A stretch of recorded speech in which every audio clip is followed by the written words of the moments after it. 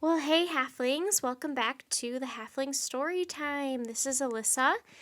We are getting started on book number 4 of Magic Treehouse series, but the Merlin missions.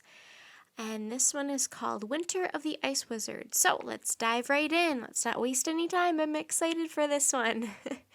So here we go. Chapter 1, Winter Solstice.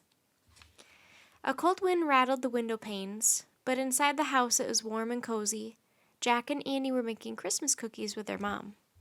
Jack pressed a star-shaped cookie cutter into the dough. "Hey, it's snowing outside," said Annie. Jack looked out the window.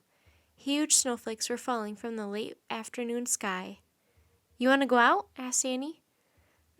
Not really. It'll be dark soon," said Jack. "That's right," said their mom. "Today's the first day of winter. It's the shortest day of the year." Jack's heart skipped a beat. "You mean it's the winter solstice?" he said. "Yes," said their mom. Annie gasped. "The winter solstice?" she said. "Yes," their mom said, puzzled. Jack and Annie looked at each other. Last summer, Merlin the magician had called for their help on the summer solstice. Maybe he would need them again today. Jack put down their cookie cutter and wiped his hands on a towel. "Actually, Mom, it might be fun to play in the snow for just a few minutes," he said. "Whatever you want," their mom said. "Just dress warmly. I'll finish up the cookies and put them in the oven." "Thanks," said Jack. He and Annie raced to the closet and pulled on their boots. They threw on jackets, scarves, gloves, and caps. "Be home before dark," their mom said. "We will," called Jack. "Bye, Mom," Annie shouted.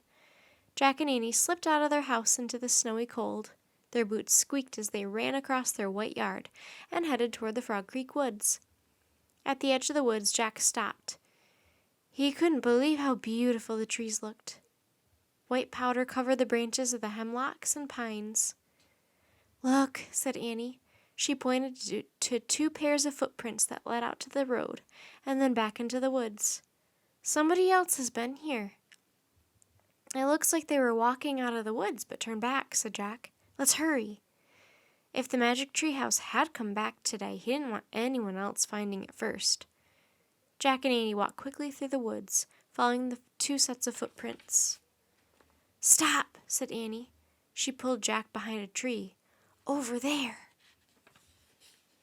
Through the falling snow, Jack saw 2 people in long, dark cloaks. They were hurrying toward a tall oak, and behind the oak was the magic treehouse. "Oh no," said Jack. The treehouse was back, and somebody else had found it. "Hey," Jack yelled, "stop!" The treehouse had come for him and Annie, no one else. Jack started running. Annie followed. Jack slipped and fell in the snow, but he scrambled up and kept going. By the time he and Annie got to the treehouse, the 2 people had climbed up the rope ladder and disappeared inside. "Come out!" Jack yelled. "This is our treehouse!" shouted Annie. 2 kids poked their heads out of the treehouse window. They both looked like they were about 13 years old. The boy had tousled red hair and freckles. The girl had sea blue eyes and long, curly black hair. Their cheeks were rosy from the cold. They laughed when they saw Jack and Annie. "Excellent," said the boy. "We came to find you, but you have found us instead." "Teddy!" cried Annie. "Kathleen, hi!" Teddy was the young sorcerer who worked with Morgan in her library in Camelot. Kathleen was the enchanted Silky girl who'd helped Jack and Annie on their summer solstice by magically turning them all into seals. Jack was stunned. He had never imagined that their 2 friends from Camelot might someday visit Frog Creek. "What are you guys doing here?" he shouted. "Climb up and we'll tell you," said Teddy. Jack and Annie hurried up the rope ladder. When they climbed inside the treehouse, Annie threw her arms around Teddy and Kathleen. "I can't believe you came to visit us," she said. "It pleases me to see you, Annie," said Kathleen. "And you also, Jack." Her large blue eyes sparkled. "It pleases me too," Jack said shyly. He still thought Kathleen was the most beautiful girl he had ever seen. Even when she'd been a seal, she'd been lovely. "We went looking for you," said Teddy. "We climbed down and walked through the woods to a road." "But the road was full of monsters," said Kathleen. "A big red creature nearly ran over us, made a honking sound." Then before we knew it, a giant black monster charged at us. It was a ferocious growl, said Teddy. We came back here to gather our wits. Those aren't monsters, said Annie, laughing. They were just cars. Cars? Said Teddy. Yeah, they have motors and people drive them, said Jack. Motors? Said Teddy. It's hard to explain, said Annie. Just remember, in our world, you have to watch out for cars every time you cross a road. Indeed, we will, said Teddy. Why have you come here? Asked Jack. We found a message for you in Merlin's chambers, said Teddy, and decided to deliver it ourselves. So we climbed into the treehouse outside Morgan's library, said Kathleen. Teddy pointed to the Frog Creek in the message and made a wish to come here. The next thing we knew, we were here in the woods. Teddy pulled a small gray stone from his cloak. And this is the message we brought you, he said. Jack took the stone from Teddy.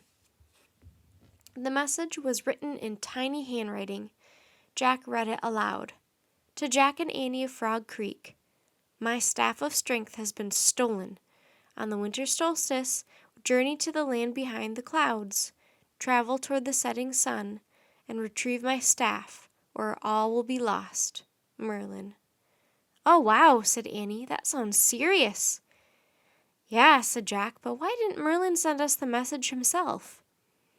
We do not know, said Teddy. Neither Merlin nor Morgan has been seen for days. Where did they go? Asked Annie. 'Tis a mystery, said Teddy. Last week I journeyed to the Selkie Cove to bring Kathleen to Camelot. She's going to be a helper in Morgan's library, but when we returned, we could not find Merlin or Morgan. We only found this message for you, said Kathleen. Aye, and I thought that when Merlin does return, said Teddy, he will be greatly pleased to have his staff back. Much of his power comes from its ancient and mysterious magic. Wow, said Annie. In his message, he tells us to go to the land behind the clouds, said Jack. Where's that? 'Tis a land far north of my cove, said Kathleen. I have never journeyed there. Nor I, said Teddy, but I have read about it in Morgan's books. 'Tis as bleak as a frozen white desert. I am eager to see it for myself.